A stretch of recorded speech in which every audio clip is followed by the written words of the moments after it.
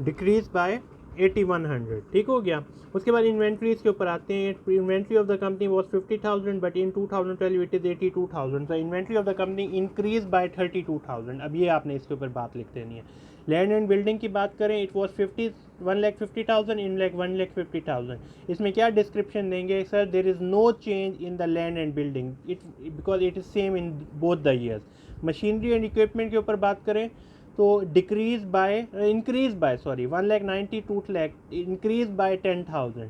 फिर furniture and fixture के ऊपर बात करें तो इंक्रीज बाय 4,000। पहले 50 थे, अब 54, यानी इंक्रीज हो गया। अदर कोई भी और आपके जो आपके एसेट्स हैं 10,000 इन 11,000, यानी इंक्रीज बाय 1,000, ठीक हो गया। accumulated depreciation, the company's accumulated depreciation increase by 30,000। 1,15,000 और 145 में 30 का फ़र्क है, ये आपका हो सकता है। Net fix assets of the company decrease by 15,000, 285 in the 2011 and अब 270 है, यानी इन दोनों में देखें तो 15,000 का फ़र्क आ रहा है। टोटल एसेट्स के ऊपर बात करें, total assets of the company increase by 6,800, 401,200 और 408,000। तो दोनों में देखें तो आप तकरीबन आपको 6,800 का फ़र्क नज़र आ रहा है, ठीक है। अब ये तमाम फैक्टर्स आपने इन्हें थ्योरेटिकल फॉर्म में लिख लेना है। इसके लिए कोई न्यूमेरिकल या कोई बहुत ज़्यादा रॉकेट साइंस या फार्मूलाज और इस तरह की ज़रूरत नहीं है। आपने सिर्फ उसे डिस्क्राइब करना है, इंफॉर्मेशनल कंटेंट बनाना है। The major reason of these sort of numericals is whenever you will see any sort of annual statement। जब आप कंपनी की एनुअल स्टेटमेंट देखते हैं, आप गूगल के ऊपर जाएं, मैं यहाँ पे एग्जांपल लिख के देता हूँ कि Pepsi company, Pepsi annual report 2016 और आगे PDF लिख लें। उसके अंदर जब आप वो एनुअल स्टेटमेंट करेंगे, उसमें नोट्स के ऊपर जाएंगे। अब वहाँ पे नोट्स में क्या है, थ्योरेटिकली चीज़ों को डिस्क्राइब किया हुआ है। देयर इज़ नो नीड कि भाई उसके ऊपर हम कोई रॉकेट साइंस अप्लाई करें। थ्योरेटिकली चीज़ों को अप्लाई करने के लिए आपका न्यूमेरिकल नंबर 1 है। अब इसमें लास्ट में हम देखें कि the retain earning of the company in 2012 is 50,200, the retain in on December 31। अच्छा, इस यहाँ पे एक बात जो कह रहा हूँ उसे समझिएगा कि अगर January 1, 2012 में इसकी रिटेन अर्निंग 52,200 है, it mean it was the retain earning at the end of 2011। 31 दिसंबर 2011 में द कंपनी की रिटेन अर्निंग क्या है, 50,200 की है। और अब जब 2012 ख़त्म हो रहा है, अब 73,100 की है। तो हमारे पास तकरीबन उसमें जो फ़र्क आ रहा है वो 60,900 का फ़र्क आ रहा है, ठीक है। इसमें एक मिनट रुक जाएं, आप इसमें फ़र्क देख लें। आप हमारा नेट प्रॉफिट 42,000 का है, लेकिन 20,000 का हमने उसमें से क्या कहते हैं डिविडेंड पे किया। 42 में से 20 निकालें तो यू विल हैव 22,900। हाँ, 22,900 का फ़र्क आ रहा है इन दोनों के दरमियान, ठीक है। 22,900, इस बात को आपने थ्योरेटिकली लिख लेना है। अच्छा, अब यहाँ पे एक बात मैं आप लोगों के लिए रिपीट करना चाह रहा हूँ, मुझे नहीं पता बच्चों की क्या अंडरस्टैंडिंग बनी है। एक सिंपल सी बात करता हूँ कि हमने नेट इनकम में एट द एंड हम क्या निकालते हैं, नेट प्रॉफिट। ये बात जो मैं कह रहा हूँ ये बड़ी इंपॉर्टेंट है, आप ज़रा समझ लीजिएगा मेरी बात को। नेट प्रॉफिट एक कंपनी का आ गया 1 lakh. Pepsi Cola created a net profit of 1 lakh. अब हमारे पास क्वेश्चन ये है कि सर कंपनी की इस प्रॉफिट को डिस्ट्रीब्यूट करना है। हम कहते हैं कि सर हमने 50,000 प्रॉफिट को डिस्ट्रीब्यूट किया टू द ऑनर्स। ऑनर कौन होते हैं कंपनी का, एक कॉरपोरेशन का, कॉमन स्टॉक होल्डर्स या प्रेफर्ड स्टॉक होल्डर्स। हमने कहा कि सर 50,000 उसकी जो अर्निंग है वो हमने डिस्ट्रीब्यूट की है। इसका मतलब है आपने 50,000 of the earning was not distributed. You have not distributed 50,000 of the earning. 50,000 आपने डिस्ट्रीब्यूट किया, लोगों को दे दिया, और 50,000 आपने नहीं दिया। तो ये क्या है, ये आपकी रिटेन्ड अर्निंग है।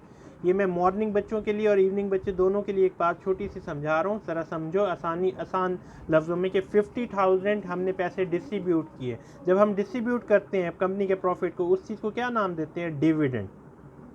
Dividend is the profit that you earn on the shares, ठीक है। और जिस प्रॉफिट को हम डिस्ट्रीब्यूट नहीं करते उसे क्या कहते हैं, उसे रिटेन्ड अर्निंग कहते हैं, ठीक हो गया।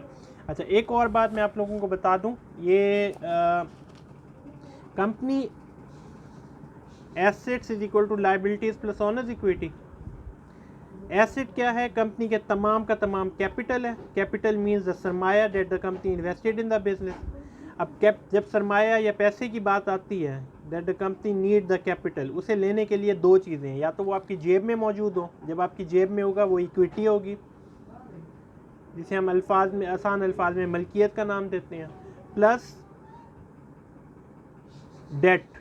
डेट का आसान सा लफ्ज़ है कर्ज। You have taken something from any other party, कर्ज आपने लिया, तो आप या कर्ज लेते हैं या आपकी जेब में होता है। The sum of these two thing, the मलकियत अमाउंट एंड द कर्ज amount, the sum of these two thing will create the total capital of the company. तो ये जो आपकी एसेट्स हैं ये क्या हैं, या तो आपने किसी से पैसे लेके चीज़ बनाई है, एसेट्स लिए हैं, या आपकी जेब में खुद थे।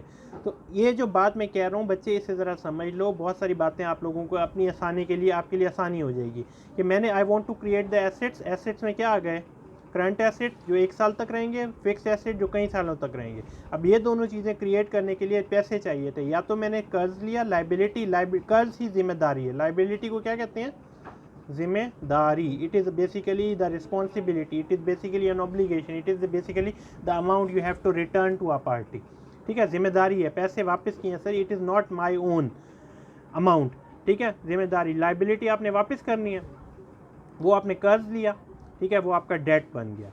अच्छा, ऑनर्स इक्विटी क्या होती है कि आपकी मलकियत, आपकी चीज़, यहाँ पे भी ऑनर्स इक्विटी आपकी अपनी मलकियत है। अब दोनों को क्रिएट करना है। एक कॉरपोरेशन है ABC या पेप्सी कंपनी है, पेप्सी कंपनी ने पैसा चाहिए, सरमाया चाहिए, तो अब पेप्सी कंपनी पैसे कहाँ से लाएगी, या तो वो डेट लेगी, डेट लेने के लिए क्या होगा, बॉन्ड्स होंगे। अब बॉन्ड्स क्या होता है, अब पीस ऑफ पेपर। ये बातें मैं जो बात बता रहा हूँ ये आपको सिर्फ और सिर्फ एक क्रिएट हो जाएगी अंडरस्टैंडिंग कि आपने करना।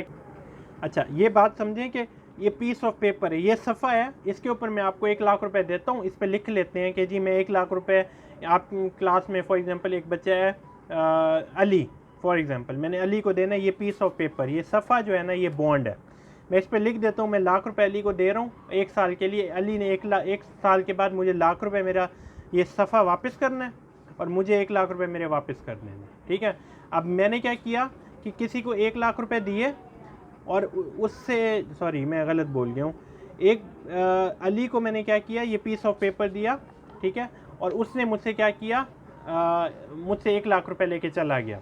मेरा ये सफ़ा उसके पास है, ये सफ़ा जब वो मुझे वापस करेगा तो वो मुझे 1 लाख रुपए भी वापस करेगा। तो हम बॉन्ड्स के लिए क्या एग्जांपल लेते हैं कि I went to the bank, मैं बैंक के पास गया, बैंक से कहा कि sir I need $1 lakh. Bank ने क्या किया, बैंक ने कहा कि सर ठीक है हम आपको 1 लाख रुपए देते हैं लेकिन एक सफ़ा आप हमें दे दें।